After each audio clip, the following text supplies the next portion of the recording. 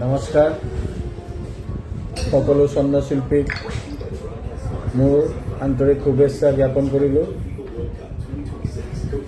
আজি এটি বিশেষ কথাৰ কাৰণে মই লাইভত আহিছোঁ। কথাষাৰ হ'ল, আজি আমাৰ চন্দ্ৰশিল্পীৰ পৰিস্থিতি খুব বেয়া।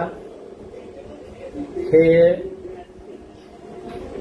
চন্দ্ৰশিল্পীৰ হৈ আজি ৰাজ্যিক আৰু কামৰূপ ডিষ্ট্ৰিক্ট আৰু চেণ্ট্ৰেল সকলোৱে মিলি এখন চন্দ্ৰশিল্পীৰ কাৰণে প্ৰেছ মিট আয়োজন কৰা হৈছে গুৱাহাটী প্ৰেছ ক্লাবত। প্ৰথমে আপোনালোকক সকলোকে সেই প্ৰেছ মিটত আমন্ত্ৰণ জনালোঁ। লগতে এটি অনুৰোধ, আমাৰ সকলো চন্দ্ৰশিল্পী বহুতে বহুত ধৰণৰ ভুক্তভোগী। কোনোবা পুলিচে উঠাই লৈ যায়, চোৰ এটাক আনি দেখাই পেলায়, সেইটোতো আমিও বহুত ভুক্তভোগী। দ্বিতীয়, আজি এটা ট্ৰেণ্ড চলি আছে, সোণাৰী দোকানৰ পৰা চুৰি ডকাইতি মাৰ্ডাৰ হৈ আছে সোণাৰীত, কিন্তু আমি কোনো প্ৰশাসনৰ ফালৰ পৰা আমি ইয়াৰ এটা ভাল ৰিজাল্ট নাপাওঁ।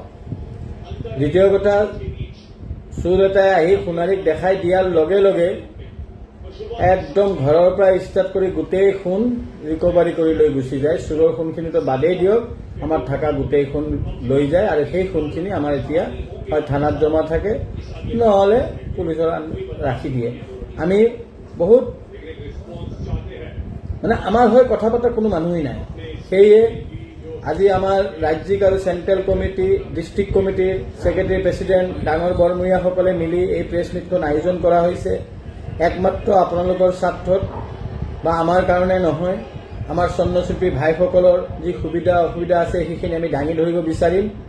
সেই হিচাপে এখন প্ৰেছ মিট আয়োজন কৰা হৈছে গুৱাহাটী প্ৰেছ ক্লাবত।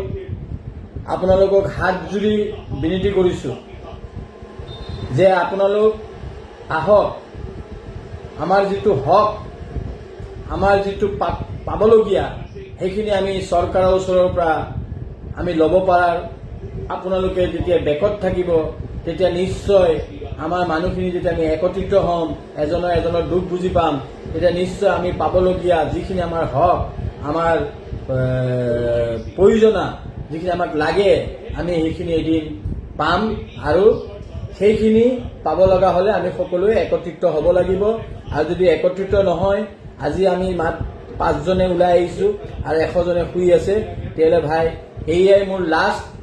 যদি কাইলৈ যদি আমি এইটো ছাকচেছ নহওঁ, তেতিয়া মই আপোনালোকৰ ওচৰত একদম বিনতি প্ৰাৰ্থনা কৰিছোঁ, কেতিয়াও আপোনালোকে কোনো চন্দ্ৰশিল্পী কমিটিৰ ওচৰত বা যিকোনো কমিটিৰ ওচৰত আহি আপোনালোকৰ কথাখিনি নক'ব।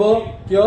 কথাখিনি কৈ দিলেই নহ'ব যে মোৰ এইটো অসুবিধা হৈছে, মোৰ এইটো হৈছে, কিন্তু পিছত কমিটিৰ লগত থাকিব লাগিব।